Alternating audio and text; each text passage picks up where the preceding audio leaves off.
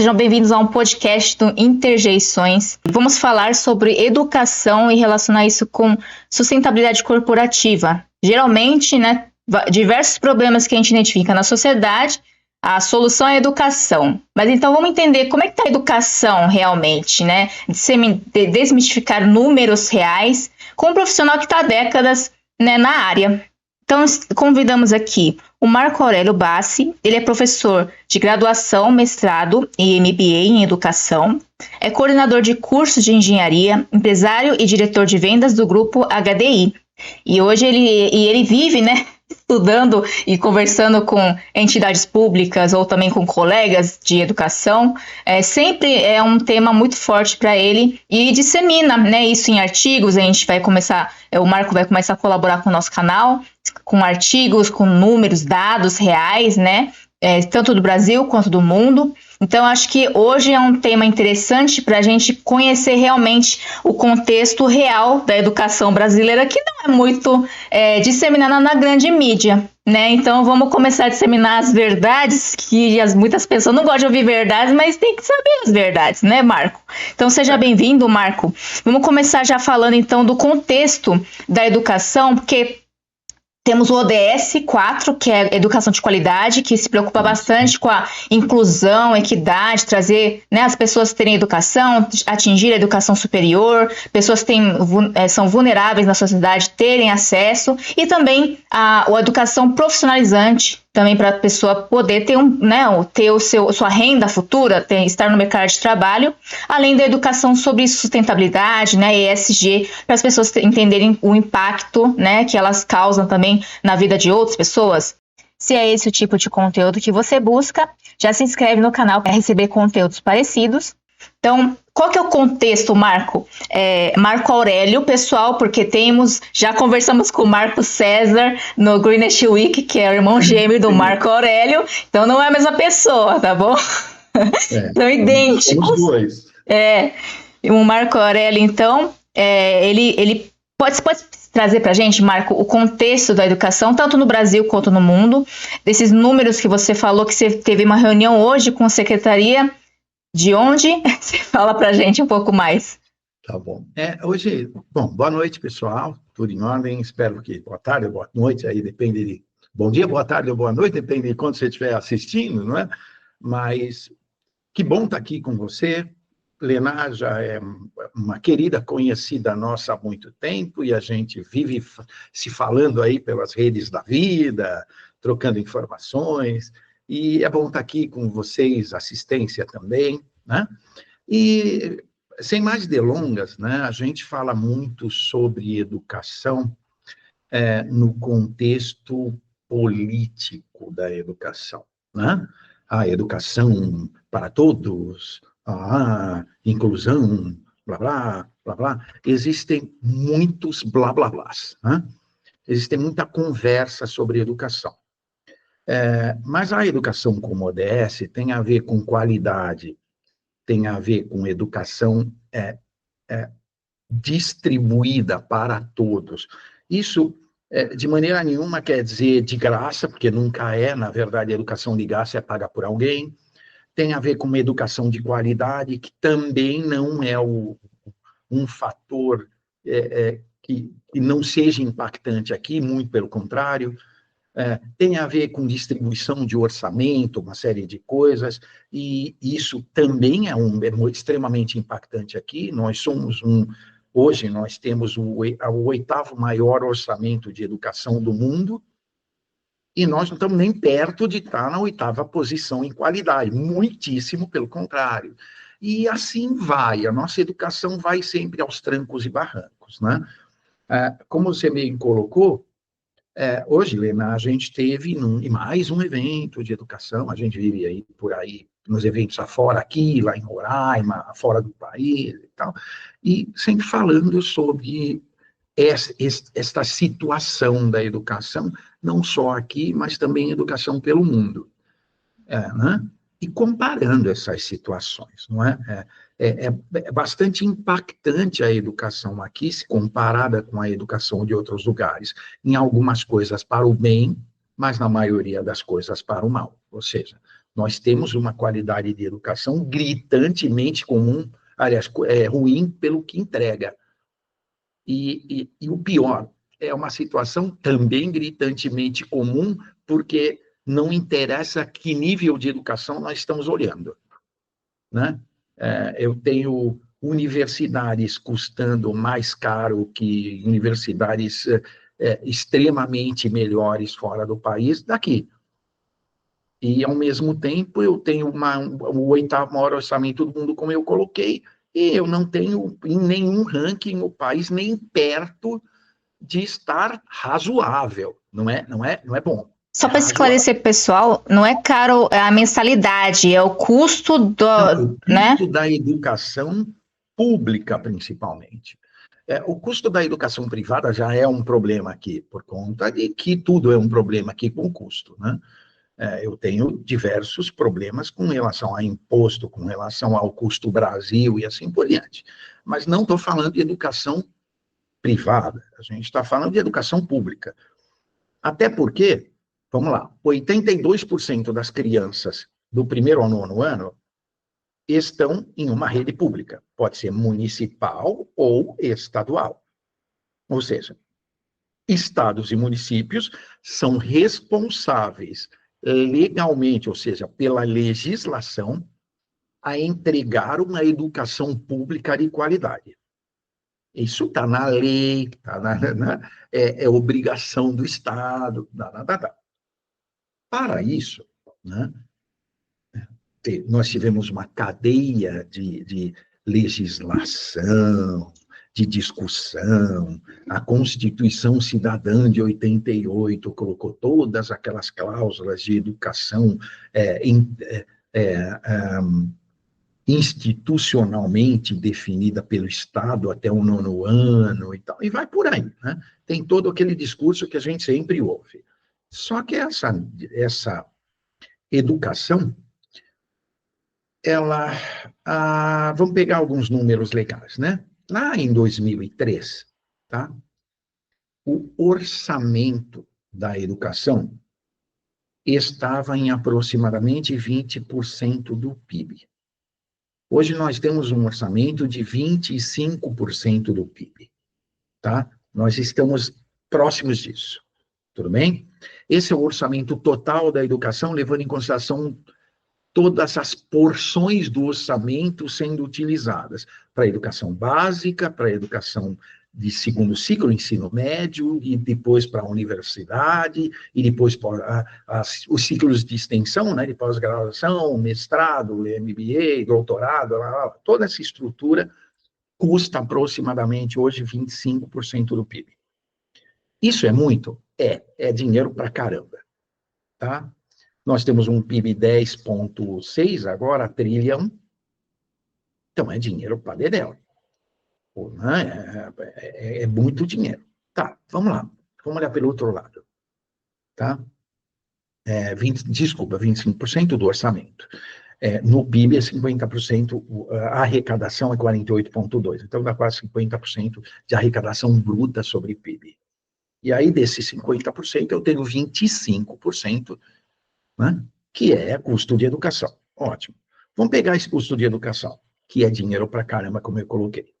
Ele é dividido, para começar, não é bem dividido, né? Eu tenho muito dinheiro pra caramba, sendo utilizado nos últimos ciclos de educação, né? Universidade, principalmente, as universidades públicas, custam fortunas de dinheiro e entregam aquilo que a gente sabe, né? E aí a gente vai discutir daqui a pouco sobre isso.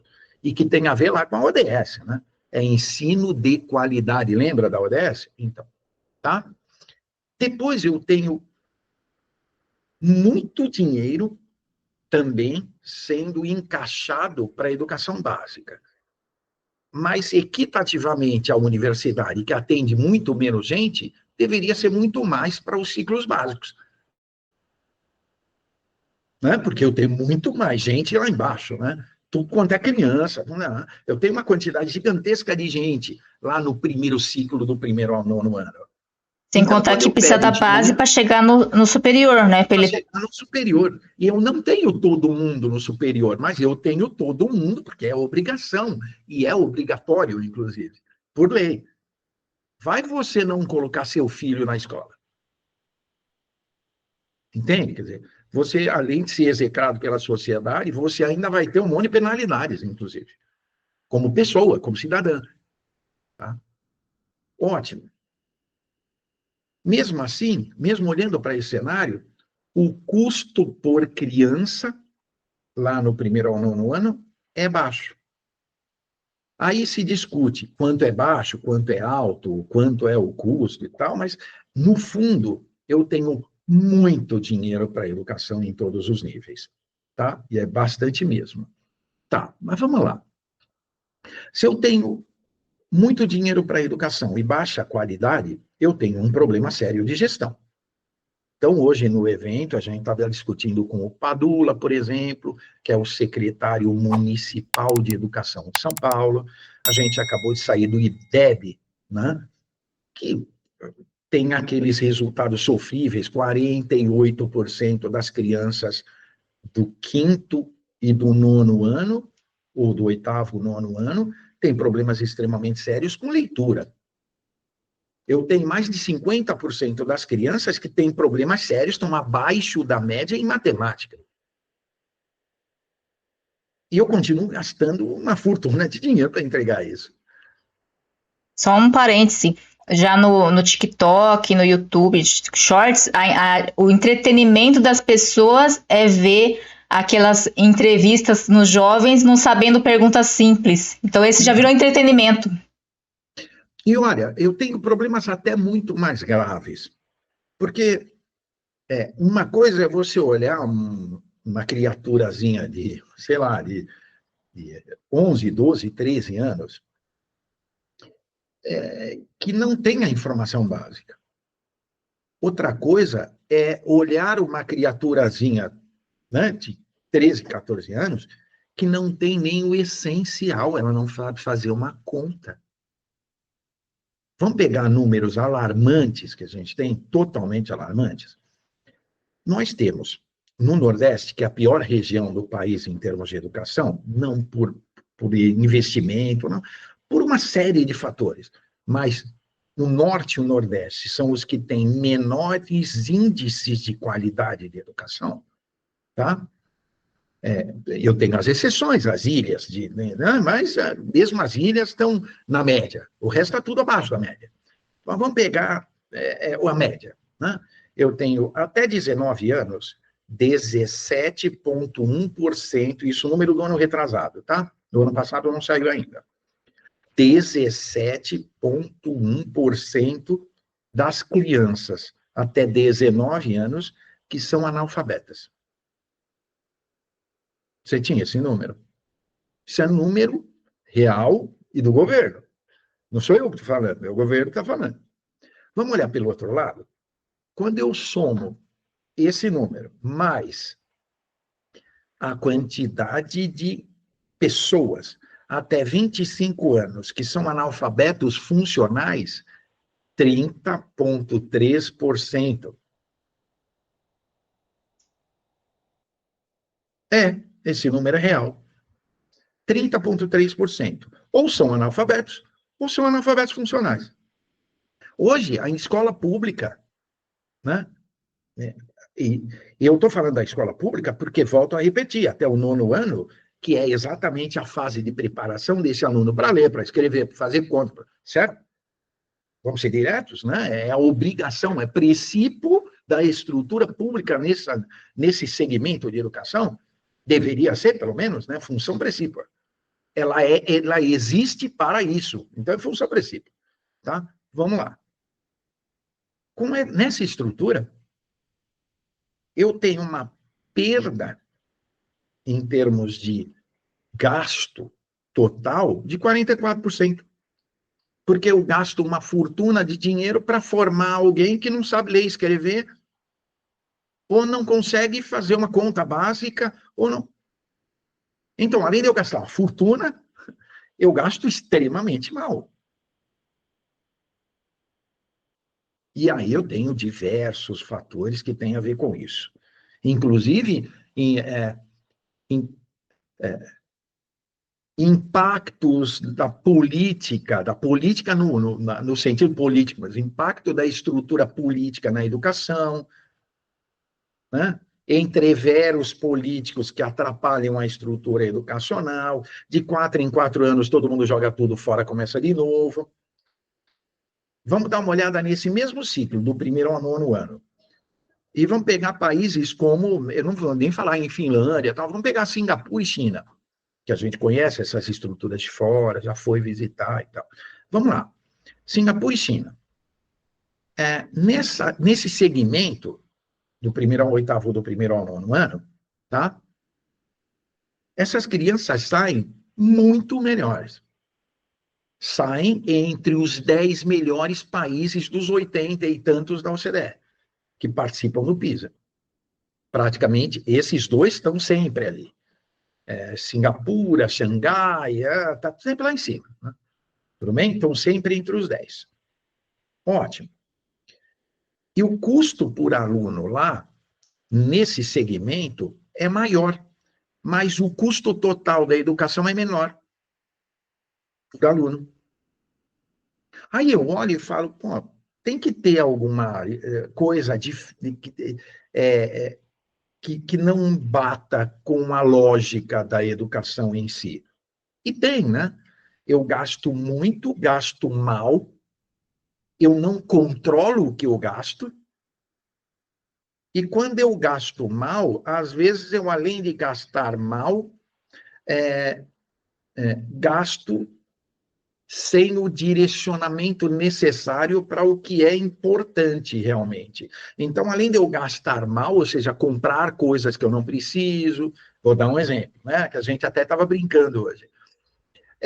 Como eu não controlo orçamento público, controlo como um cara que não tem educação financeira, eu olho o que eu gasto me preocupando com o que eu recebo na estrutura pública. Por quê? Eu não preciso gerar nada, né? Eu recebo de impostos, taxas, percentual sobre o ICMS, como as universidades, e assim por diante. A recepção está garantida. Menos ou mais do que eu orcei, aí é outra coisa, é arrecadação e tal. Mas, de qualquer forma, eu tenho dinheiro garantido. Então, quem é que controla dinheiro, Lenar? Ninguém. Para que eu vou controlar? Além disso, por que eu vou controlar centavo por centavo? Eu sei que eu tenho orçamento. Aí o que é que acontece? Vamos controlar 90 e tantos % de dinheiro que é para manter a operação.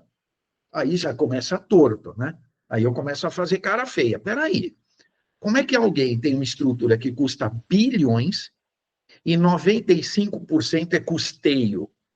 Ou seja, eu praticamente não tenho dinheiro para investimento.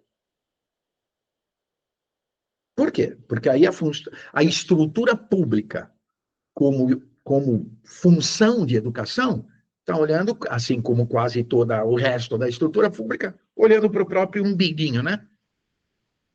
Enquanto eu estiver gastando dinheiro com o meu umbigo, está tudo certo. Só que aí o que é que acontece? Os prefeitos, principalmente, eu estou falando agora lá embaixo, prefeito e governador, né? Na parte mais baixa da cadeia. Tá?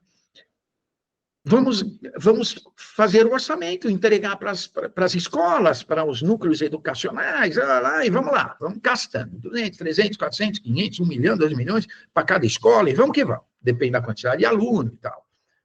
Eu garanto verba federal, via MEC, via transferências, repasses e tal, garanto verba municipal ou estadual e saio mantendo a estrutura, vamos chamar assim, porque 90 e tantos % é só para manutenção da estrutura. Beleza. Quando eu chegar lá para outubro, eu olho e não gastei tudo o que eu deveria. Isso acontece muito, você não tem ideia. Não gastou o que deveria o quê? Para manter? Não, do orçamento. Eu tenho um orçamento de X, por exemplo, 10 bilhões, e só gastei 8. Aí toma comprar 35 ônibus, passar 14 vezes tinta na parede. Por quê? Porque senão, ano que vem, eu perco orçamento. Então tem que manter o orçamento. Vai, né? Se eu não gasto o orçamento, eu perco. E em vez de usar o Tá que vendo sobrou para coisa boa e útil, eles inventam ao qualquer invés coisa para, né? Mas coisa boa e útil, eu tenho que ter gestão. Eu tenho que acompanhar mês a mês, ano a ano, olhar o que falta, verificar que escola tem o IDEB mais baixo, o que, que ela precisa, verificar quanto essa escola que teve o IDEB mais alto gasta por aluno, que isso ninguém tem. É Eu sei uma trabalhoso. média, né? Eu sei uma Trabalhoso. média. Eu tenho uma média lá, X, certo? Só que vamos te mostrar como isso é perverso, que essa falta de gestão pública é perversa. Tá? A Lena é diretora de uma escola, de Siririca da Serra, para não citar uma cidade. Tá? E eu sou o diretor de uma outra escola de Siririca da Serra. Ok? A Lena gastou 1 milhão, tá bom? Tudo bem? Ela gastou 1 milhão nesse ano e o IDEB dela foi, sei lá, 6. Ok? Eu gastei 500 mil reais e o meu IDEB foi 7. IDEB é a média de nota dos alunos. O IDEB é o índice que qualifica a educação básica, De 0 a que tem a 10. ver com o resultado de provas que são aplicadas aos alunos para identificar qual é a qualidade naquela região, naquela escola, naquele município. E aí os municípios têm prêmios, se aumentou o IDEB, não tem prêmio se diminuiu, se tem o IDEB maior, recebe mais dinheiro. E o IDEB, o resultado do IDEB é a soma de duas coisas, na verdade é uma fatoração de duas coisas, que é o nível de resposta de qualidade, que é os fatores de cálculo das provas de todos os alunos, as médias e tal, tem lá um cálculo, e tem um outro cálculo que é a efetividade. Quantas pessoas continuam assistindo aula, assistiram todas as aulas e estão matriculadas sem sair da escola. A soma dessas duas coisas vão me dar um número que, teoricamente, deveria estar acima de 6. Vai de 1 a 10. Tudo bem? Tem que estar em 6. Tem muita escola, tem muito município que está em 4, 4.1, 4.2. Isso é normal, estar abaixo de 6. Tá? O meu, Deveria ser então, 6 o mínimo. Deveria ser 6 o mínimo. no exemplo que você deu, então, eu tenho 1 milhão de orçamento e eu consegui o mínimo, 6. E eu, com 500 mil, fiz 7. Eu sou cobrado pela qualidade do 7. Mas eu só gastei metade que você.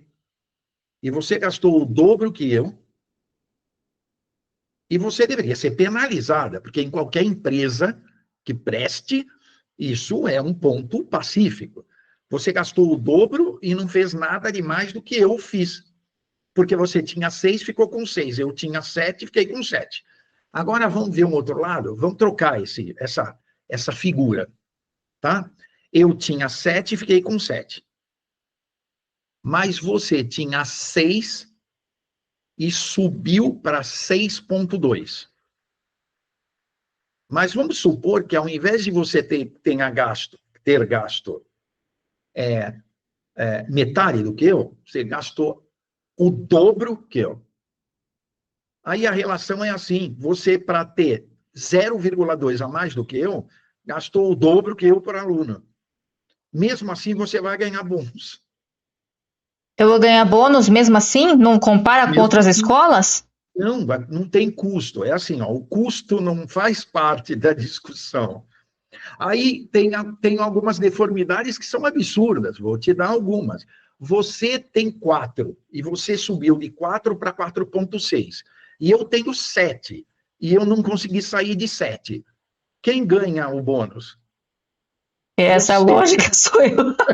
Gente, cadê a concorrência para melhorar ou competir um com o outro? E tem mais, olha que louco. Vamos supor que você, para subir de 4 para 4,6, 4,5, 4,2, você gastou 10 vezes mais do que eu. Nossa, Não interessa. gente, é um Isso não faz desperdício. parte da conta. Entende a lógica? Quer dizer, onde é que está a meritocracia real do processo? Se você gastasse, vamos lá, numa empresa qualquer, se você teve uma taxa de crescimento maior do que a minha, gastando a metade que eu, você vai ter o bônus, em qualquer empresa, você vai ter o dobro de bônus. Por quê? Você conseguiu ser muito mais efetiva que eu com a metade do dinheiro. E se você melhorou, mas gastou o dobro que eu, não fez nada mais que a sua obrigação. Você tinha dinheiro. Mas isso não é levado em consideração no IDEB, na maioria deles. E esse IDEB não tem mínimo, assim. Você falou que o mínimo deveria ser 6, mas não tem mínimo. Não.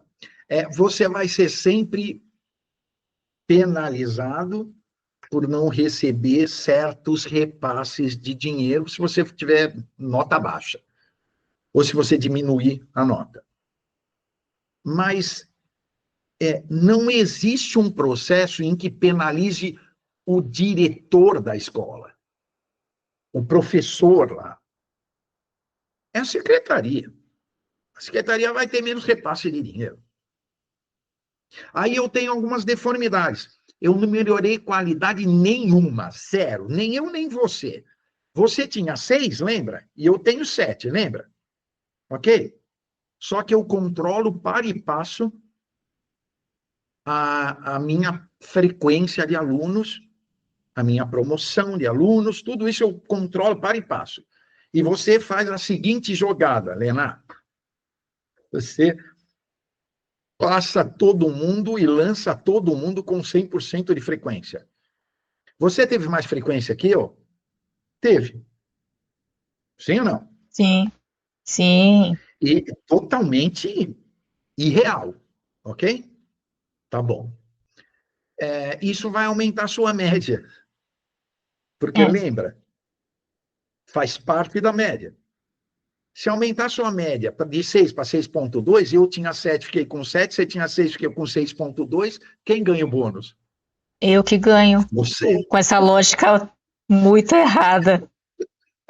Você entende que esta é a lógica de quem diz que a qualidade do ensino é uma ODS, pátria educadora, né? E essa pátria educadora dá um nível de resposta que está em 70º, 64º, 60º alguma coisa, em qualidade no ranking PISA de português, ou de linguagem, na verdade, no nosso caso, em português, de linguagem. Está em 70º, 69º em qualidade de matemática. Lembrando que eu estou em 70 ou 69 em qualidade, num total de 82. Lembra do quartil? Lembra do último quartil? Pega 80, divide por 4, dá 20. Eu estou sempre abaixo, então eu estou sempre em 60 e 80. Entre os Só 20 que quando últimos. está sempre nos últimos, no último quartil, né? Lá É, embaixo. o 20 últimos. E os 20 últimos. E quando eu olho o custo? Estou Isso. sempre entre os 10 primeiros. Então, em Singapura, eles fazem a lógica de empresarial? Singapura, Tem China. que ser. Eu vou te dar alguns exemplos. Vamos pegar uma realidade como Singapura. Tá? Singapura é assim. Eu tenho subsídio para a educação. Tudo bem? Mas você tem que dar resposta. Você tem um filho na escola, ele tem que ir bem na escola, só que ele vai ser bem avaliado. Segundo, o professor em Singapura ganha bem. Só que para dar aula de alfabetização no primeiro ciclo, do primeiro ao quinto ano, ele tem que ter no mínimo mestrado e conhecer no mínimo 3 ou 4 metodologias de alfabetização diferentes. Nossa, já começou já muito acima do que a gente tem aqui. Muito assim. Agora, vamos dar uma olhada no resultado disso? Esse cara, ele não pode cair numa sala de aula. Ele vai passar por 2 anos de acompanhamento por um professor já experiente e só vai assumir uma classe sozinho depois que ele passar por essa fase. Mesmo passando no concurso, vamos chamar assim, mesmo fazendo tudo, e mesmo tendo mestrado, né, mestrado em educação, tá vendo? Esse cara, quando ele for para uma sala sozinho, ele vai dar conta do recado, ponto. 2 anos de experiência, falou, né? 2 anos de experiência acompanhado. Acompanhado. Tudo bem? Depois, caso a Lena, por exemplo, ela fez mestrado de educação, ela conhece um monte de metodologia ativa, ela é excepcional em qualificação. Mas ela já entrou numa sala de aula? Não. Então vai passar 2 anos. E 2 anos com um baita professor do lado dela. Aí vai usar metodologias ativas, vai usar... Tudo bem? Ah, mas é alfabetização. Uai. Não é educação? Tem que ter Eu não estou metodologia. falando que eu tenho qualidade? Uhum. Então ele tem que dar qualidade. Tá vendo? Ah, mas isso nunca vai acontecer no Brasil. Pô, é só reorganizar a educação. Tirar dinheiro de quem gasta mal lá em cima e colocar dinheiro lá embaixo e começar a cobrar. Porque também não adianta nada eu fazer assim, ó, Lena, realidade brasileira agora, comparando com Singapura. A Lena quer ser funcionária pública porque é interessante. Tá? Tem salário garantido, Estabilidade. tem estabilidade, tem salário garantido, tem um monte de vantagens, vamos chamar assim. Ah, mas o salário realmente é ruim. Mas aí, a Lena é uma pessoa de baixa renda, que mora numa comunidade, que vai fazer uma universidade privada EAD, de pedagogia, que nunca teve experiência, inclusive detesta criança. E Só estou te dando alguns exemplos, tá? Mas ela quer ter a estabilidade. Aí o que ela faz? Ela se candidata a 14 concursos: policial militar metropolitana, agente de saúde, faz tudo. pedagogia. Por quê? Porque qual é a lógica da Lena? A Ter lógica da estabilidade. Lena é entrar na estrutura pública. O que ela tem? Inclusive, volto a repetir, ela gosta de criança? Fala não. No exemplo, não. Estou dando um exemplo, tá? Fale não, Lena, não. Então, a Lena nem gosta de criança. O que ela vai fazer dando aula de alfabetização? Mas ela quer participar da estrutura pública, porque tem as vantagens, tem tudo aquilo que a gente já está... Eu não vou entrar nesse mérito, tá? Mas é um mérito perverso para a estrutura pública, inclusive para a educação, muito pior para a educação. Porque aí eu pego uma pessoa que tem baixa qualificação, estruturalmente mal formada, que não tem afinidade com a área, mas ela passou no concurso. Aí ela vai ficar 25 anos aqui, sentada na mesma cadeira. Então, comparado com Singapura, que você falou, esse professor, durante os 2 anos que ele está aprendendo, o outro professor vai verificar se ele tem aptidão, se ele tem afinidade e vai aprovar ou não. Sim, porque é para isso. Entende? É exatamente para isso. Veja, eu não estou olhando a qualificação, porque lá o cara tem no mínimo mestrado. E ele está dando aula de alfabetização lá. Para criancinha. Mas aí, a Lena, lá em Singapura, ela pode... Vamos quebrar algumas... vamos quebrar alguns discursos, tá, Lena? Um discurso que você ouve muito. A quantidade de alunos impacta, porque onde já se viu um professor da rede pública ter 28 alunos, tá. Vamos pegar os PISAs desde 2001. 2007 já saiu a primeira análise dessa. É assim, ó. Se eu tenho um cara que ganha menos do que o professor brasileiro em cálculo dólar, né? Calculo em dólar para ter uma relação, e o cara lá ganha em dólar menos do que o cara aqui em dólar, para dar aula do primeiro ao nono de alfabetização. Tudo bem? Da verdade, do primeiro ao quinto nesse caso, ok? Mas Onde que ganha menos? Tem países que ganham menos. Ah, tá. Você está falando de qualquer país que ganha Estou falando menos. de qualquer país que ganhe menos, ok? Tá. Ele tem mais alunos. Aqui nós estamos numa média de 23, mas ele tem uma média de 27, 28 alunos por classe. Média país, tá? Ok? Mas se ele for extremamente bem formado, ele vai dar mais resultado que nós. Por quê? Porque não interessa a quantidade de crianças que você tem na mão. Se você está bem preparado, você tem domínio. Uhum. Você sabe aplicar metodologia, você sabe ter domínio na classe e tal. E uma professora extremamente mal formada, com 15 garotinhos extremamente educados e maravilhosos na rede, né, ela vai ficar doida, vai bater a cabeça na parede, entende? Porque ela está preparada para isso de verdade? Não. Aí eu quebro alguns paradigmas com isso.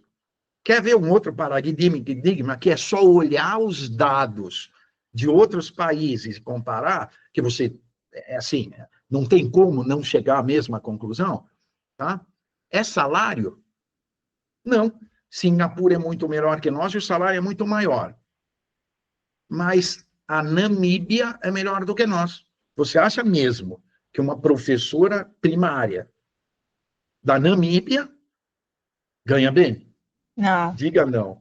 não, não ganha, não. É triste lá. Não. E a Namíbia está melhor que nós.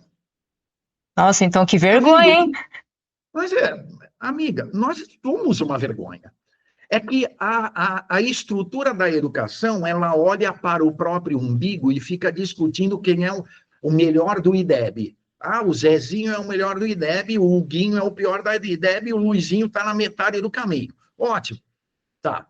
Mas sabe como é que eu falo lá nas aulas de mestrado? Eu falo, isso aí é a mesma coisa, que São Paulo está andando com um Fiat Uno 1984 e Alagoas está andando com outro Fiat Uno 1984. Mas aí ficam os dois discutindo. Ah, o meu Uno 1984 tem roda de liga leve. E o seu? Ah, o meu tem teto de lona. Né? Aí o outro fala, vocês são, além de ter teto de lona e roda de liga leve, o meu tem toca-fita de gaveta Roadstar. Aí você olha isso e fala, meu Deus, quando eu olho do lado, eu estou andando a 40 km por hora com todo mundo, o Brasil inteiro, com Fiat Uno 84, e os outros países estão passando de Mercedes, BMW, Audi, né? Todo mundo está passando. E aí você vê a Namíbia passando de Volkswagen Gol, não interessa, mas está passando. E eu estou aqui discutindo qual é o Fiat 147 que está melhor, o Fiat Uno que está melhor. Por quê? Porque nós estamos tão ruins em qualidade que quando eu fico fazendo varredura de quem está melhor do IDEB, eu estou falando assim, ó, eu estou bom no IDEB porque eu tive 10 no IDEB. Ótimo. Mas comparado com Singapura, eu estou lá no quartil, eu estou lá com 25% pior, nos 25 piores. Qual é a lógica de eu estar sendo premiado por ter 10 no IDEB? Por exemplo, eu estou citando o IDEB porque né, é ensino básico, que é pior. Né? É muito mais dolorido que falar em prova do Enem. Né? Porque eu estou falando de uma criança que vai sair semi-alfabetizada. Essa analfabeta funcional. Aí que Enem que ela vai fazer, tá vendo o tamanho do problema? Sim. Pensando na parte de assim, não vai solucionar porque precisa de toda uma política pública, né? Tem a resistência de mudança, mas a gente está numa era digital, tem acesso a conteúdo, e recentemente, não sei se é confirmado isso, que o STF proibiu a educação home em casa aqui no Brasil, é verdade isso? Não é que proibiu, em outros países, isso é uma tendência mundial, nós já temos com quase 1%. Na Europa, por exemplo, eu tenho quase 1% de crianças que estão fazendo homeschooling do primeiro ao nono ano. Isso, E o que é homeschooling. homeschooling? Você não quer que sua filha, seu filho, vá para a escola. Porque você tem dinheiro suficiente para pagar professores e ela estudar em casa. Porque aí eu tenho como controlar, a qualidade de ensino é melhor, eu posso controlar, posso contratar melhores professores, lá. Aí o país tem uma legislação de homeschooling, que diz o seguinte, vamos pegar a legislação alemã, tá? Estou citando um exemplo, tá? Mas a legislação alemã.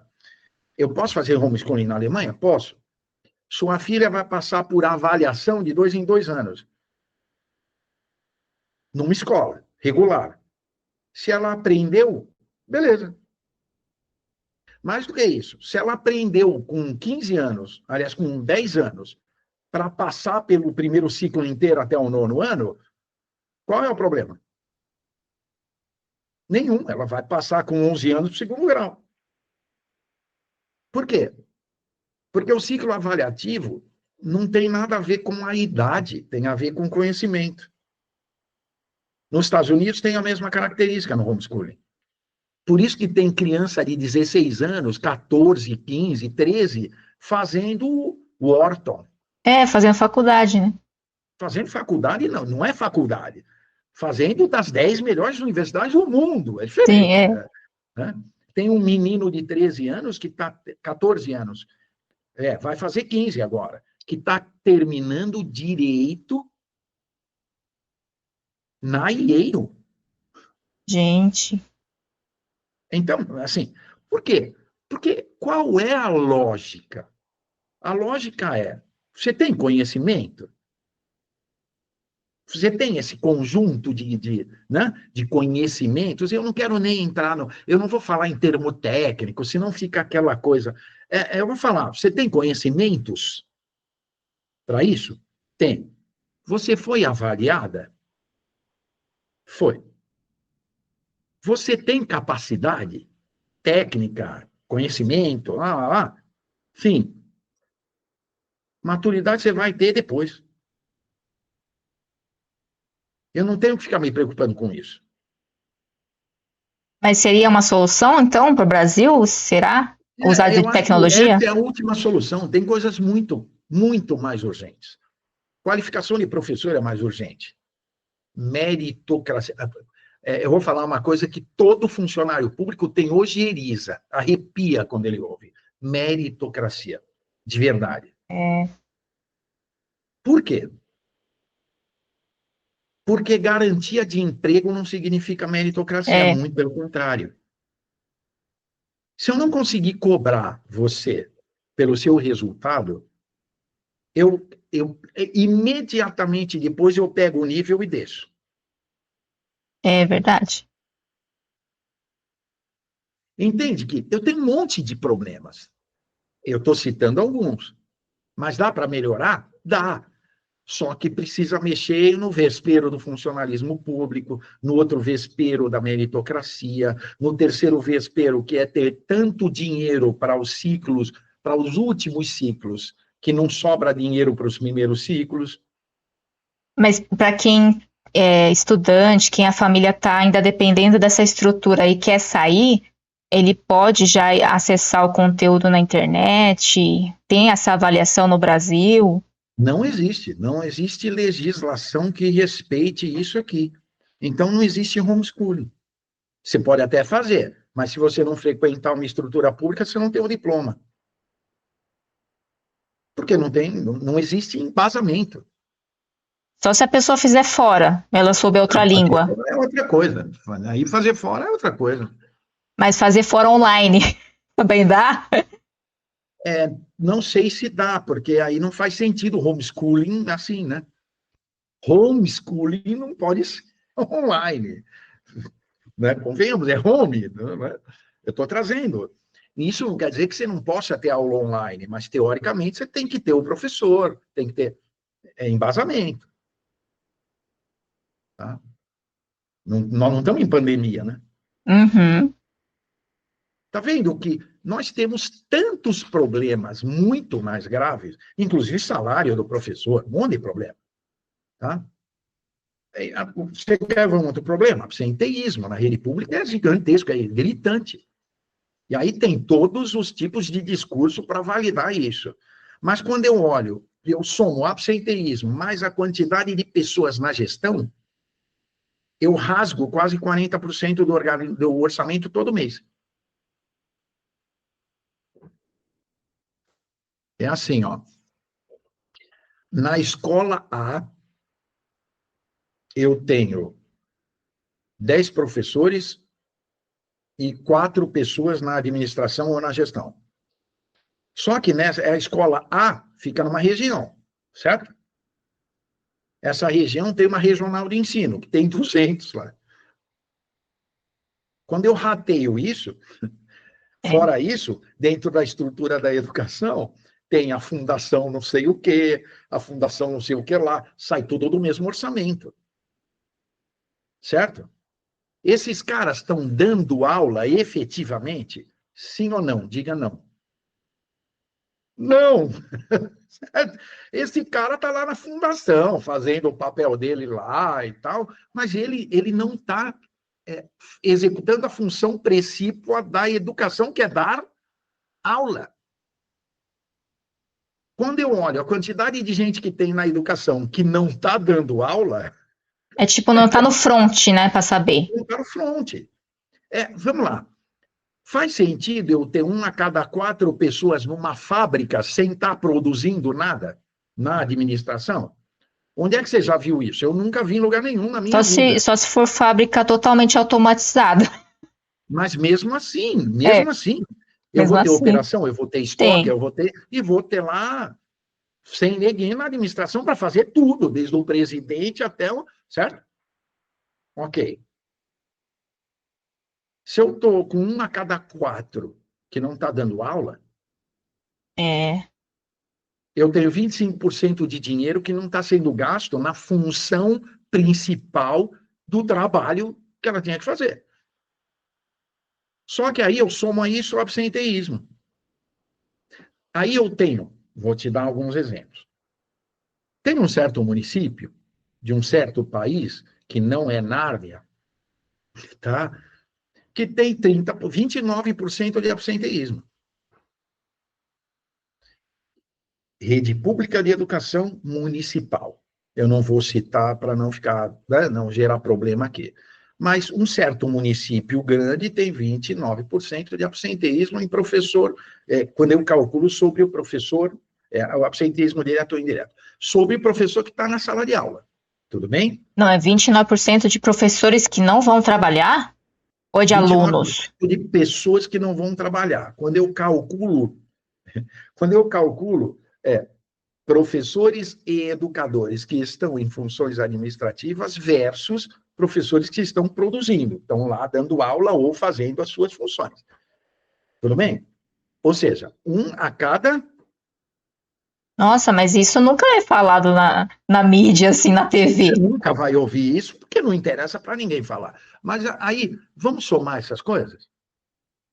Eu tenho uma perda gigantesca, que é um monte de gente que não está fazendo o que deveria. Só que aí eu somo a isso uma quantidade de absenteísmo grande. Tudo bem? Tudo bem. Num pico de absenteísmo de 30%, eu estou pegando quase 44% do dinheiro da educação e rasgando. Nossa. Faz sentido? Tudo bem? Faz sentido com o resultado. Não faz sentido nenhum, mas é só cálculo. E vamos lá. Que empresa que suportaria 1 a cada 4 na administração e 1 a cada 3 faltando? Nossa, só se ganhar Nenhuma. muito bem. Gente. Aí vamos fazer essa relação, que é bem interessante. Absenteísmo direto e indireto, por quê? Porque a Lena, como professora de uma rede pública, tem um monte de falta que ela pode ter, cada 3 meses ela pode ter uma falta, cada 5 anos ela tem, sei lá, quantos dias de folga, ela tem isso, tem tanta falta que ela pode ter, que quando eu somo a férias, eu tenho 1 a cada 3, 1 a cada 4 em alguns municípios. Sabe o que acontece, Helena? O que você vê claramente depois como resultado. Você quer ver? Olha que legal. Quantos professores de matemática eu tenho? Muitos ou poucos? Versus português. Matemática versus português. Tem mais professor de português ou de matemática? Acho que é de português. português. Certo? Matemática é sempre mais complicado, tal. Física, pior ainda. Tudo bem? Aí eu tenho que pôr professor substituto, porque eu tenho um monte de falta, certo? Tá. Eu acho fácil, então, eu saio lá na rua e falo, quem é professor de matemática? 10 levantam a mão. Eu. É assim? Não. Não. Aí o que é que eu faço? Pego a Lena, que é professora de geografia, e ponho para dar aula de matemática, porque é o que tem lá. Entendi. Aí o que é que acontece com a qualidade que já estava aqui? Gente. Eu estou contando histórias que são reais, que existem na rede, que você sabe isso, porque você vê o outro lado, você é mãe e tem criança na rede pública, você vai lá, uma semana ela tem aula, outra semana não tem um dia, outra semana tem aula, outra semana não tem 2 dias. Aí, quando ela tem com uma professora que não tem a menor condição de dar aquela aula. Porque ela é uma professora substituta. Ela não é uma professora titular. E quando é que eu mando essa pessoa embora? A substituta? É a substituta. A substituta, se for terceirizada, a qualquer tempo. E a titular? Nunca. Nunca, ela é concursada. Olha que coisa insana. Então, aquela coisa que o pessoal mostra na internet de o profissional da saúde que não aparece, acontece também da educação. Acontece em toda a estrutura pública, sem nenhuma exceção. E aí tem os diversos motivos, alguns diversos válidos e outros nem tanto. Entende a minha lógica, né? Faz sentido? Só que você, numa estrutura privada, eu como coordenador numa empresa privada, como professor numa empresa privada, né, numa empresa de educação privada, se você que é minha professora começar a faltar sem justificar nada, sem ter nada, o que eu vou fazer com a Lena? Demitir. Adeus, né? Uhum. Então, será que a resposta é privatizar? Geral? Eu sou uma pessoa que tem certas preocupações com a privatização, mas seria um ponto. Aqui para o Brasil, a gente já chegou numa discussão que, minha visão, tá? Com certos cuidados, a privatização seria melhor aqui. Mas essa é a minha visão, estou falando a minha. Eu vou dizer por quê. Porque, primeiro, eu consigo cobrar melhor. Segundo, eu consigo pagar melhor. Terceiro, eu consigo criar vouchers, como, por exemplo, no município de São Paulo, voucher para eu escolher a escola. E eu pago com o voucher. Hoje já é feito assim aqui com o material escolar. Mas Antigamente, o privatizado não poderia ser... o Estado paga a escola, mas o aluno não paga, já está pago pelo Estado. essa ideia do voucher. Vou contar a história do voucher na estrutura municipal. A gente está falando, inclusive, com o secretário municipal de São Paulo, que já tem esse processo há mais de um ano. É assim, ó. A Lena tem uma filha ou um filho na escola pública e vai ganhar o material escolar, o uniforme. Tudo bem? Uhum. Não é mais, espera chegar na escola, espera distribuir na escola, porque o que que acontece? Com uma rede gigantesca como o Estado de São Paulo tem escola que só vai receber o material em setembro. Demora, né? Verdade. Quantas vezes você já ouviu isso? Eu já, Por quê? Porque já... eu tenho centralização, depois eu tenho distribuição, depois é licitação, aí demora 1 zilhão de tempo para entregar 2 bilhões de lápis. Você entende? Qual é a ideia? Você ganha um voucher. E aí você pode ir em qualquer dos 600 estabelecimentos registrados lá, Calunga da Zona Leste. Vai lá, entrega o voucher e ela te dá o kit. Tá aqui, ó. Isso já está pago pelo Estado. Uhum. Faz sentido? E também o que você falou, que ela escolhe também a escola. Essa seria uma lógica. Quer ver uma outra lógica? Tá? Que tem a ver com esta estatização.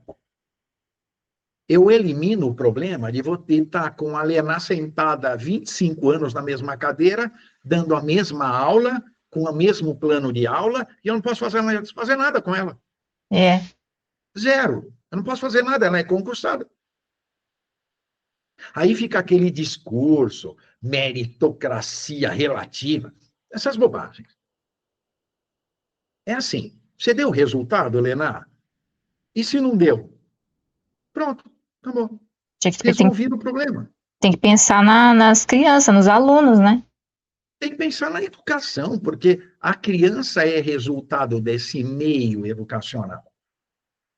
Aí eu tenho uma pessoa que não sabe ler, que sabendo ler só tem a mecânica, ela não é letrada. Ela tem alfabetização, mal e porcamente, mas não tem letramento. Ela lê alguma coisa e não entende. Eu falo para ela escrever sobre como é que é o rosto dela, ela não consegue escrever.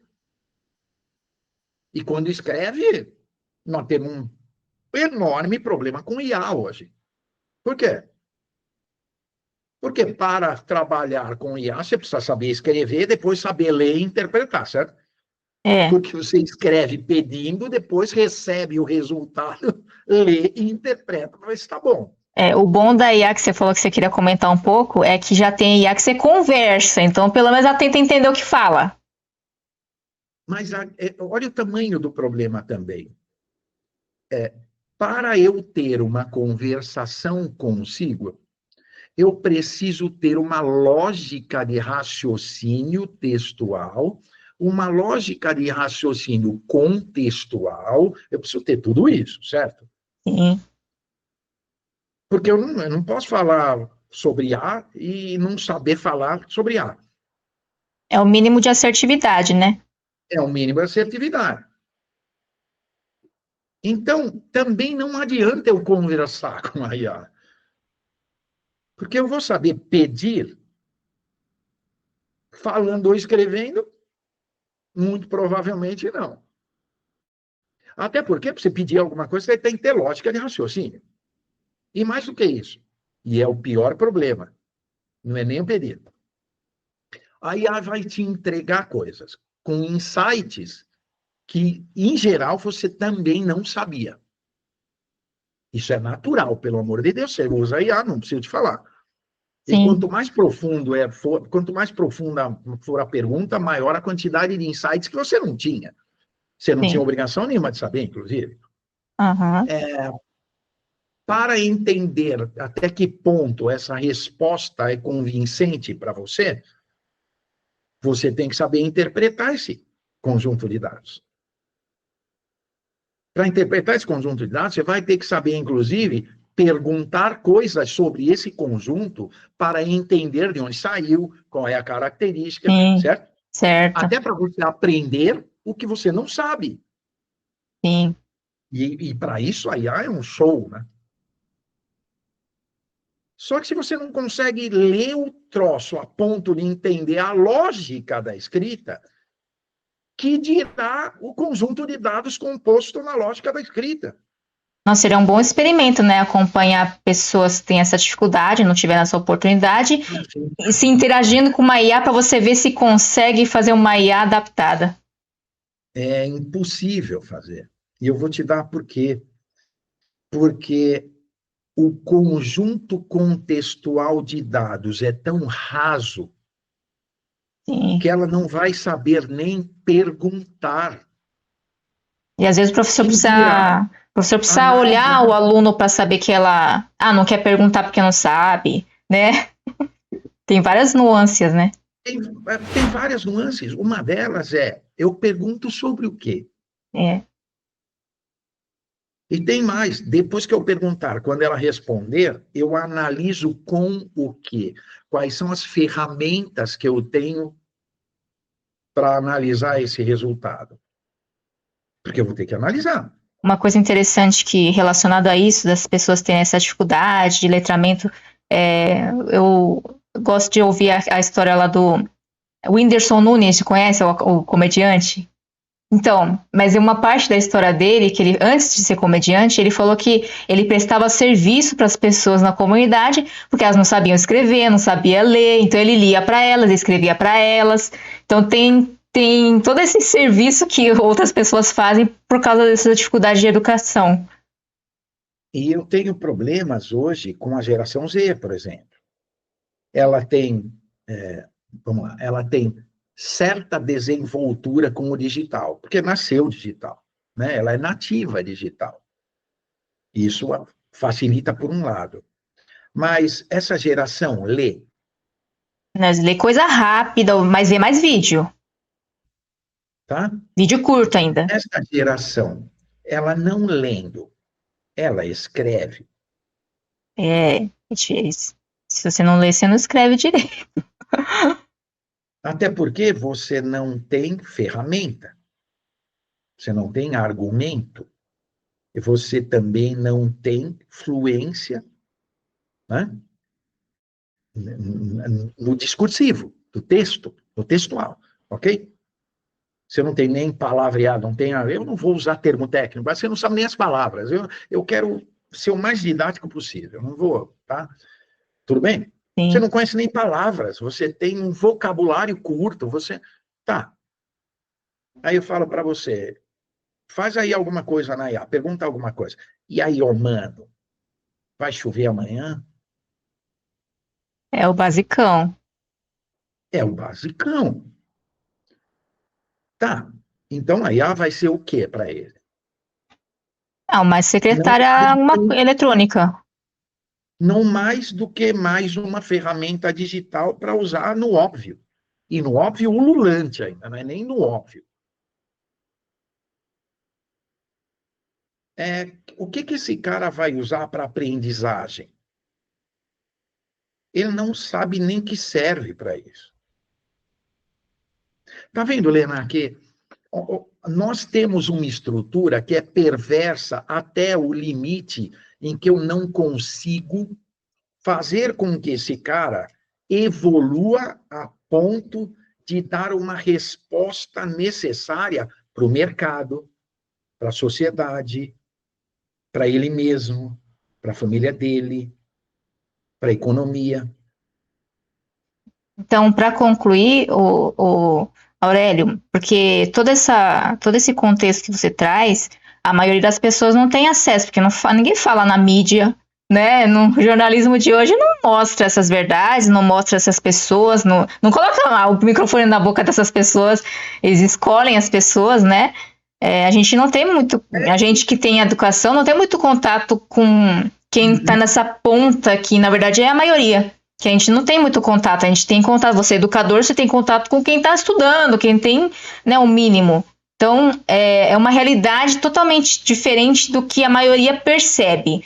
E aí, concluindo só como um início de uma interjeição de tudo que a gente falou, como é que você conclui esse início de conversa na educação para esse desenvolvimento sustentável dos países, da população? Assim, nós temos que urgentemente, e isso já faz muito tempo, nós temos que urgentemente pensar na evolução da educação. Isso a gente discute, mas a gente cai sempre nesse círculo vicioso, que eu não consigo fazer muita coisa, porque a estrutura é autossustentada e toda ela fica olhando para o umbigo. Ela vive para si, não vive para a sociedade. Tá? Mas a gente precisa fazer alguma coisa para mudar. Por quê? Nós já perdemos um ciclo, que foi o da internet. Por que eu digo que perdemos? Não sei se você lembra. Compra computador, enfia nas escolas. Ninguém sabe usar, ninguém sabe fazer porcaria nenhuma com eles. Ficam lá na sala de computador. Aí tem só um professor que conhece e os outros professores estão, né? Eu não quero nem saber daquela coisa lá. Tudo bem? Perdemos esse ciclo. Tudo bem? Põe o computador, joga tudo fora, fica tudo obsoleto, ninguém usou para absolutamente nada. Deveria ser, como em qualquer empresa, obrigatório, né? Você dá aula de matemática, vai fazer no computador. Outra aula de geografia, vai fazer no computador, tem tudo lá, tem um monte de coisa. A gente está em discussões do tipo, não pode ser digital, tem que ser impresso. Tudo bem? Vamos lá. Segundo ciclo. Todo o ciclo de redes sociais. Em outros países, a rede social é parte da aprendizagem. Hoje eu tenho um processo assim, eu não posso usar computador, tablet, eu não posso usar celular na sala de aula. Por que isso? Por que, Helena? Porque quando eu tenho metodologias ativas, uma série de coisas, eu consigo, primeiro, ter domínio. Segundo, aplicar estas tecnologias como tecnologias ativas para ter domínio do resultado. Sim ou não? Porque eu sei usar. Eu sei trabalhar com isso. Eu sei criar um plano de aula utilizando ferramenta A, B e C para fazer X, Y e Z resultado. E depois eu sei metrificar esse resultado para ver se está tudo bem. Porque eu fui preparado para isso. Tudo bem? Então a gente perdeu a onda da rede social também, você falou? Qualquer um. Eu vou te dar um exemplo. Vamos pegar a rede social? Eu posso criar grupos em redes sociais e fazer os alunos analisarem projetos, estrutura projetizada, tá? De educação. Analisar projetos, e não interessa a idade, hein? Eu posso fazer qualquer projetinho para uma criança e dizer, olha, o que você come? É saudável ou não? Entra na rede social, comenta com os amiguinhos e tal, e levanta quem come arroz, quantos por cento come feijão, entende? O que eu estou fazendo? Eu estou usando a rede social como mecanismo, tudo bem? Sim. Como agente de geração de conhecimento. Eu estou usando metodologias ativas para educação baseada em projetos. Eu estou usando... Tá vendo? Eu consigo gerar aulas assim. Pegar um exemplo. Tem um trabalho de um professor de mestrado, hoje já fez doutorado na Unicamp, que ele fez o seguinte, sabe aquele jogo de headshot, aquele... Counter-Strike? Isso, Counter-Strike. Tudo bem? Counter-Strike, tá? Pô, jogo violento. Ele fez o seguinte, pegou uma escola da rede pública e uma escola da rede privada. Seccionou essas escolas com grupos em sala de aula, com jogos e sem jogos.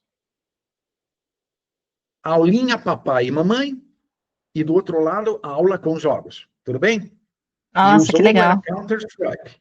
Muito legal. Colégio. Então, criança já, não era uma criança de 13 anos. Não é bom para ela, mas uma criança de 17. Tudo bem? Era terceiro ano do ciclo secundário. Tudo bem? E aí ele criou uma aula falando sobre terrorismo e colocou o cenário do 11 de setembro, do Counter-Strike. Olha. E aí ele fazia assim, 15 minutos de aula, contexto, jogo. 15 minutos de aula, contexto, jogo. 15 minutos, ok? Uhum. O que acontece?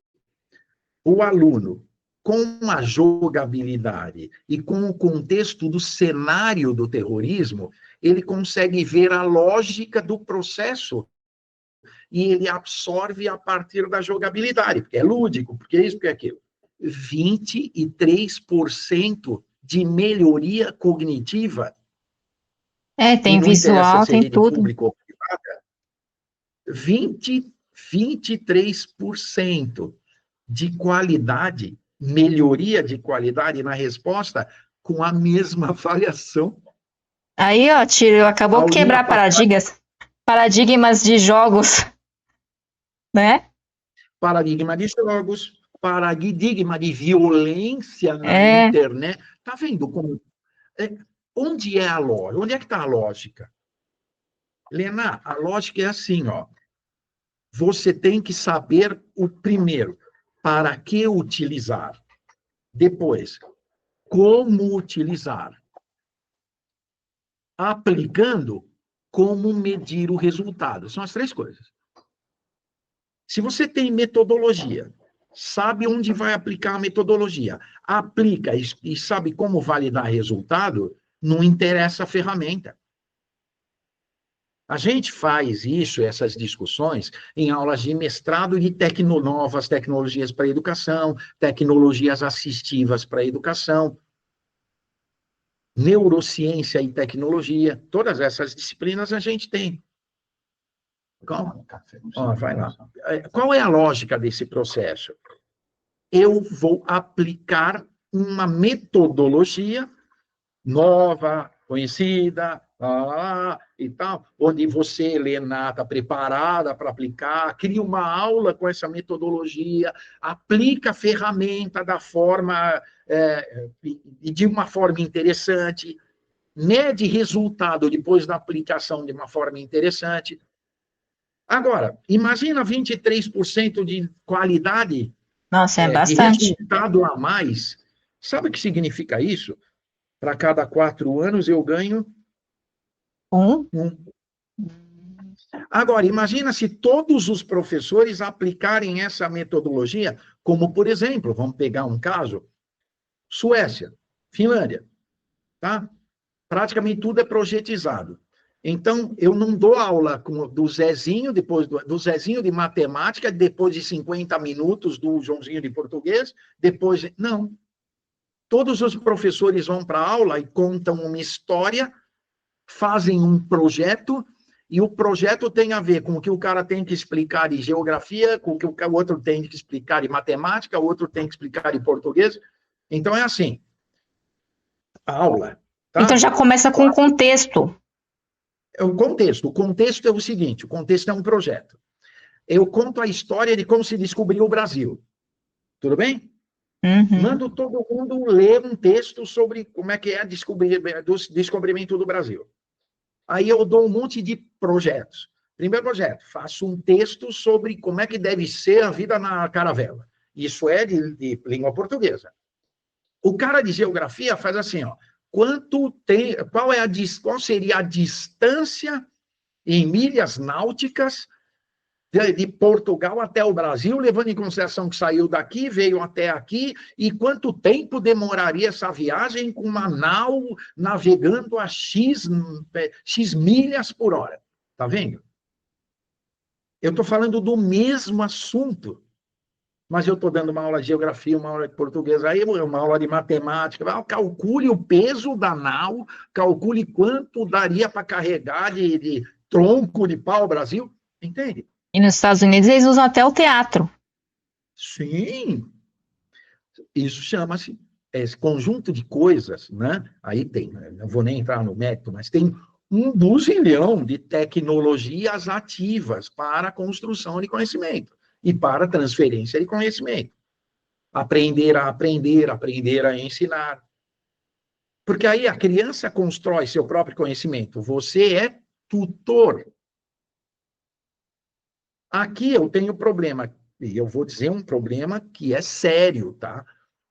Aqui eu tenho uma criança que mal sabe ler e escrever e uma professora que sabe escrever tão mal quanto ela. Ela vai ser tutora do quê? Aí eu dou um IA. Qual dos dois vai saber o que fazer com ela? Diga nenhum dos dois. Isso, Nenhum, nenhum é. dos dois. Entende? Tá vendo como é perverso em todos os níveis? Aí eu gasto uma fortuna e aí chega a ser perverso para a sociedade, que está pagando uma fortuna de imposto para ter isso. E aí eu tenho 20 e tantos anos de educação e não saí do lugar. Pelo contrário. Só tá piorando. Só que eu tenho 174% de orçamento a mais em dólar de 2003 para cá, em 22 anos. Então, volto a repetir, é dinheiro? Não. Não. E não interessa quanto você ganha, quanto você está gastando por aluno, até porque tem uma discussão extremamente ridícula, que é assim, ó. Ah, mas eu tenho tão pouco dinheiro que eu gasto R$ 800 por aluno numa rede de uma... Tá, tudo bem. Você conhece a história na iniciativa privada de ganho de escala? É assim, ó. Se eu fizer 2, vai custar 10 mil. Se eu fizer 10 mil, vai custar 100. Quantos alunos eu tenho no estado de São Paulo? 6 e tralalá milhões. Você acha que com um custo total de quase R$ 18.000 por ano, isso é média, não daria para fazer uma escola melhor? Esse 18 mil reais por ano é custo de quê? Custo operacional de educação. De Custo um. total por aluno de investimento. Ah, por aluno. Por aluno. Só que eu tenho um monte de outras coisas que não estão nesse número. Quer ver? Eu dou comida para essa criança? É. Tá, eu tenho que somar comida. Não, eu estou falando só em custo operacional de educação. Tudo Ah, bem? então a comida é a parte. Eu vou citar um monte de coisa que é a parte. Eu dou uniforme para ela. Tem uniforme, tem transporte, Transporte, vamos lá. Material escolar, material. tablet. Então isso não Tá? está incluso. Nada. Nada disso está incluso. Em cenários onde o Estado tem muita verba social, essa criança chega a custar aproximadamente 22. 22 dá quase R$ 2.000 por mês. Você acha mesmo que num universo de 6 milhões de crianças, com uma economia de escala de 6 milhões, cada criança custando R$ 2.000, não daria para fazer até chover dentro de sala de aula, Nena? É que você tem mais noção da realidade.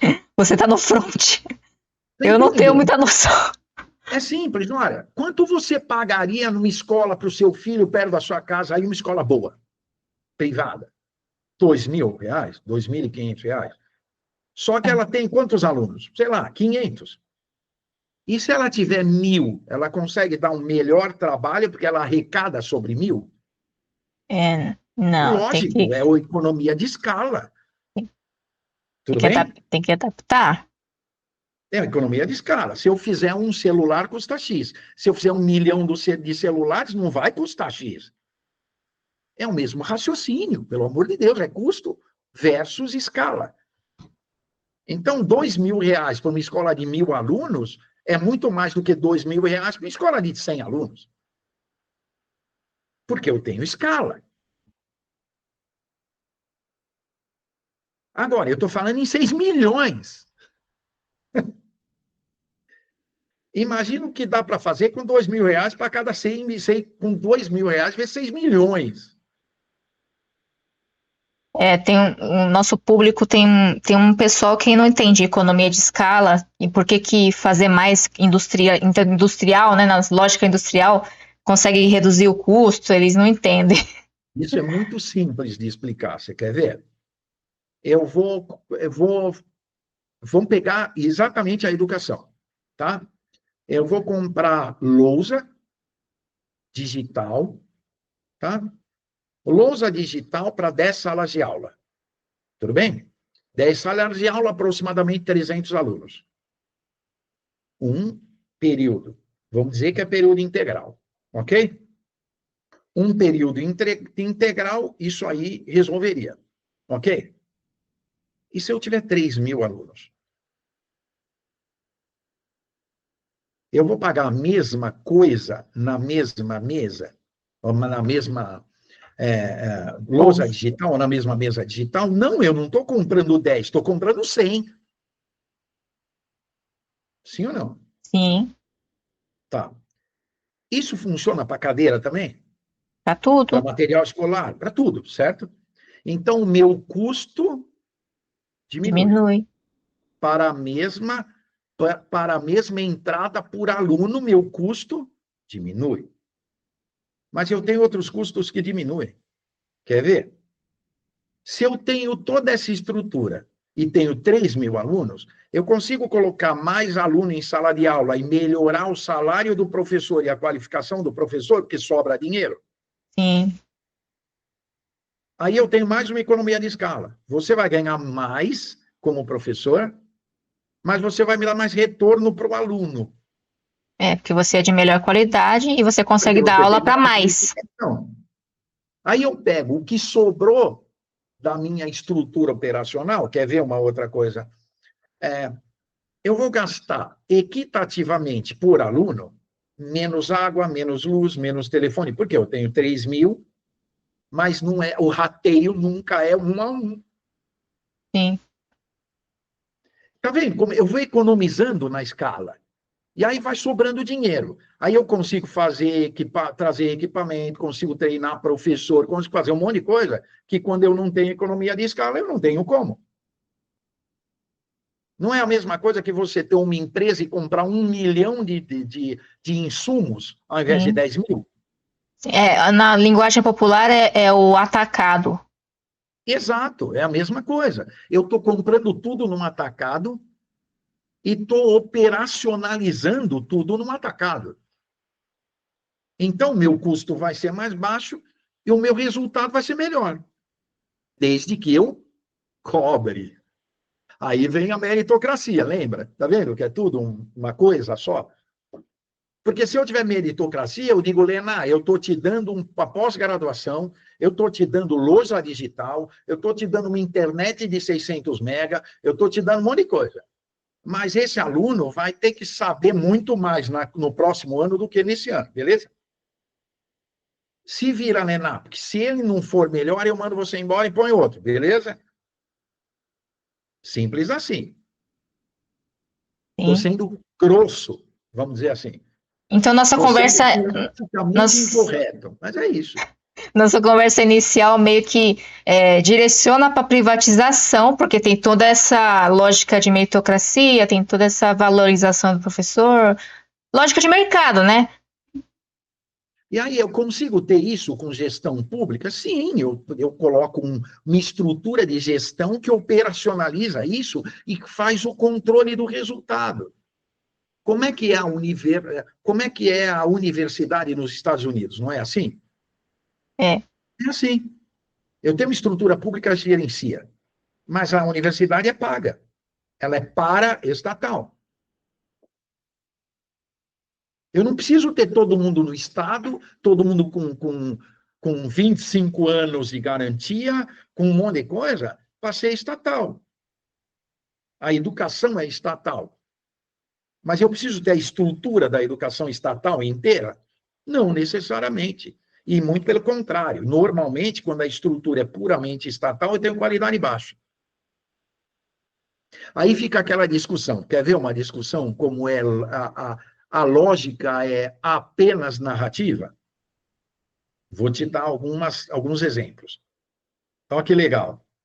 A dona Lena tá, tá sorrindo e falando maravilhas da educação pública, porque 60 e poucas crianças tiraram nota 1.000 no Enem. Aí faz uma análise, aliás, faz uma pergunta aí para a sua IA, quantas pessoas fizeram o Enem o ano passado? Nossa, nem faço ideia. Você vai se assustar, mas é só para você ter essa visão. Mas o chat não sabe, né? Só o Grok que sabe. Ele sabe? Que ele... Não, porque ele fala que os dados é só de até 2000 não sei quanto que ele não tem. Não tem problema. Você pode perguntar de 2023 ou de 2024, porque isso saiu público, saiu na imprensa. Tá. Quantos alunos fizeram o Enem? Em 2023. Em 2023. Por exemplo.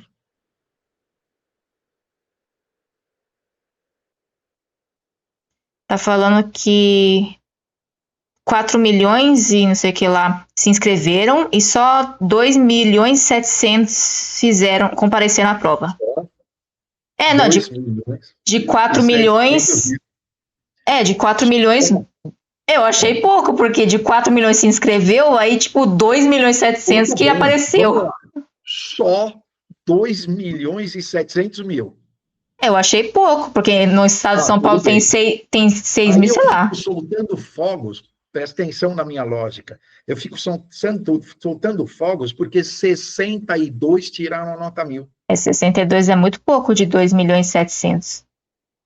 Você está vendo como o discurso não leva em consideração a realidade do fato? Ele fala como se fosse um monte. Ele fala como se 60, nossa, 60, mas em que universo? Um universo de quase 3 milhões. Aí eles não falam essa parte. É 0,005. Estou arredondando, tá? Tá. Nossa, mas... Você está vendo como é ilógico. E é isso que você ouve? Oi? É isso que você ouve, então? Você assistiu isso na mídia, é só você levantar isso na... É que a mídia soltou um monte de coisa dizendo, olha que maravilha, um monte de gente no Nordeste tirou nota 1000, 60 e tantos alunos tiraram nota 1000 no Enem em redação. Tá, mas isso é 0,0005. Entendi. Não é a mesma coisa que camada de ozônio? A camada de ozônio, não, é CO2. Carbono e tal, 0,037 da atmosfera é carbono. Então, isso aí vai matar qualquer um. Põe uma máscara na sua cara, depois de meia hora, você vai medir a quantidade de carbono que você está respirando, é 250, 200 vezes maior do que na atmosfera em geral. Você está respirando, soltando carbono, e ele fica ali na máscara. Você morreu? Não. Não. Na pandemia, todo mundo percebeu que ninguém morre de máscara. Agora, que coisa interessante, né? Então, você vai morrer, porque o carbono, se aumentar 10% em cima de 0,037, vai todo mundo morrer. O mundo vai acabar. Não é esse o terrorismo? Esse a gente pode deixar numa próxima. Esse que a gente conversou hoje, Aurélio, dá para dois. Porque eu faço 40 minutos cada, isso aqui dá para tentar fazer 2. Eu nem vi o horário. Eu vi, mas eu deixei você falar que eu sei que professor gosta de compartilhar conhecimento, né? Não, mas tudo bem. Assim, tem muito dado e muita coisa, e você vê o quão complexo o quão complexa é a estrutura pública de educação. Sim, para quem está por dentro acompanhando, eu tô por fora, então esses detalhes que ninguém fala faz toda a diferença. E é sórdido, né? Muitos detalhes da área da educação não são divulgados pela mídia, e aí a gente que não está imerso nesse setor acaba não tendo essa noção da realidade. E como então hoje foi uma introdução à realidade da área da educação, que é o 4º ODS da ONU, né? E a ODS da ONU está em ordem de importância, então o 4º é muito importante. É base da sociedade para as pessoas terem um mínimo de conhecimento e para elas sobreviverem, viverem, terem renda, né? E se interagirem estarem inseridas dentro das estruturas da sociedade. Se ela não sabe ler e escrever, ela fica, né, à margem da sociedade. e vai estar a um nível de vulnerabilidade, né? Então, acho que a conversa de hoje foi interessante para quem quer entender realmente os problemas estruturais do setor da educação e pensar em soluções, né? Então, aqui a gente quer propor, né, que empreendedores, políticos, pessoas que estão aonde pode fazer a diferença, criar soluções, criar novas metodologias, modelos de trabalho, né, mudar a realidade, tenham aí a percepção, talvez pessoas que não estejam na área do setor de educação, que se interessam, ter acesso a esse conhecimento, a essa informação, para inspirá-los, para saber, conhecer, e também para o mercado, para as empresas entenderem a dificuldade também que vai ter de mão de obra qualificada. Então, no Brasil, cada vez a educação piorando, então a mão de obra qualificada vai piorando.